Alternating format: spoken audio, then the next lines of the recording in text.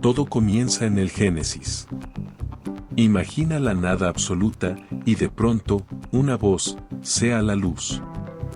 La Biblia nos dice que Dios creó el universo por puro placer y amor. Puso orden en el caos, creó los mares, las estrellas y la vida.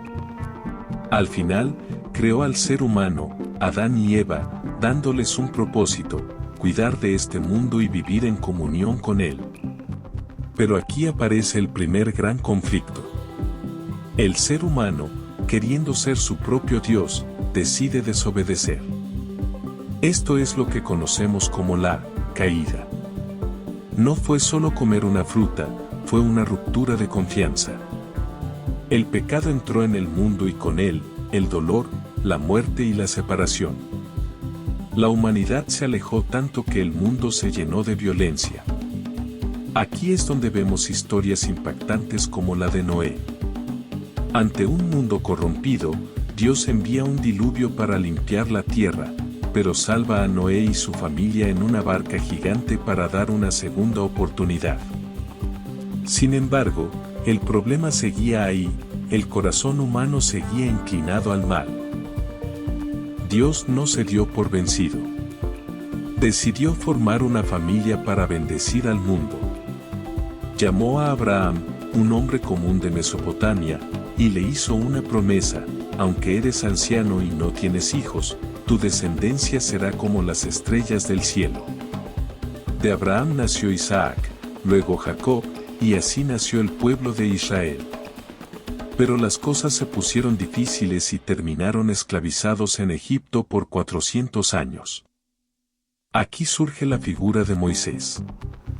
Dios lo llama desde una zarza que ardía pero no se consumía.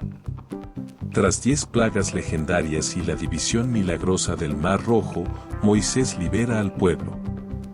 En el desierto, Dios les da su ley, los 10 mandamientos.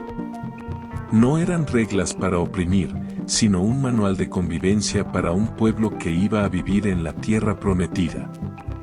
Pero Israel era un pueblo rebelde. Pasaron por la época de los jueces, líderes militares como Sansón, y finalmente pidieron reyes. Tuvimos al rey David, el joven pastor que venció al gigante Goliat y unificó la nación, y a Salomón, el rey más sabio. Después de Salomón, Israel se dividió y muchos reyes se olvidaron de Dios. En medio de esta oscuridad, aparecen los profetas. Hombres como Isaías, Jeremías o Ezequiel. Su mensaje era duro: si no cambian, habrá consecuencias. Pero también daban una esperanza increíble, hablaban de un siervo sufriente, de un Mesías que vendría a limpiar el pecado del mundo para siempre. Lamentablemente, el pueblo fue conquistado y llevado al exilio en Babilonia.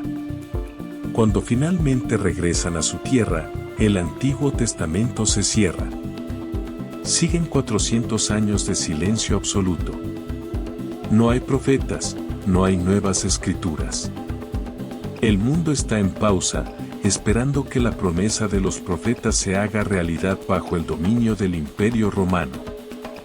Y entonces, en un establo humilde en Belén, nace Jesús. La Biblia dice que Él es Emanuel, que significa Dios con nosotros. Jesús no vino con ejércitos, sino con palabras de vida. Sanó ciegos, caminó sobre el agua, pero sobre todo, enseñó que el reino de Dios pertenece a los humildes y a los que aman. Pero los líderes religiosos de la época lo vieron como una amenaza. Jesús fue traicionado, arrestado y sentenciado a morir en una cruz. Para sus seguidores, fue el fin de sus sueños. Pero lo que ellos no sabían es que ese era el plan de rescate. En la cruz, Jesús estaba pagando la deuda de separación que empezó en el jardín del Edén. Al tercer día, sucede lo imposible, la resurrección. Jesús vence a la muerte. Se aparece a cientos de personas y les demuestra que hay una vida nueva disponible para todos.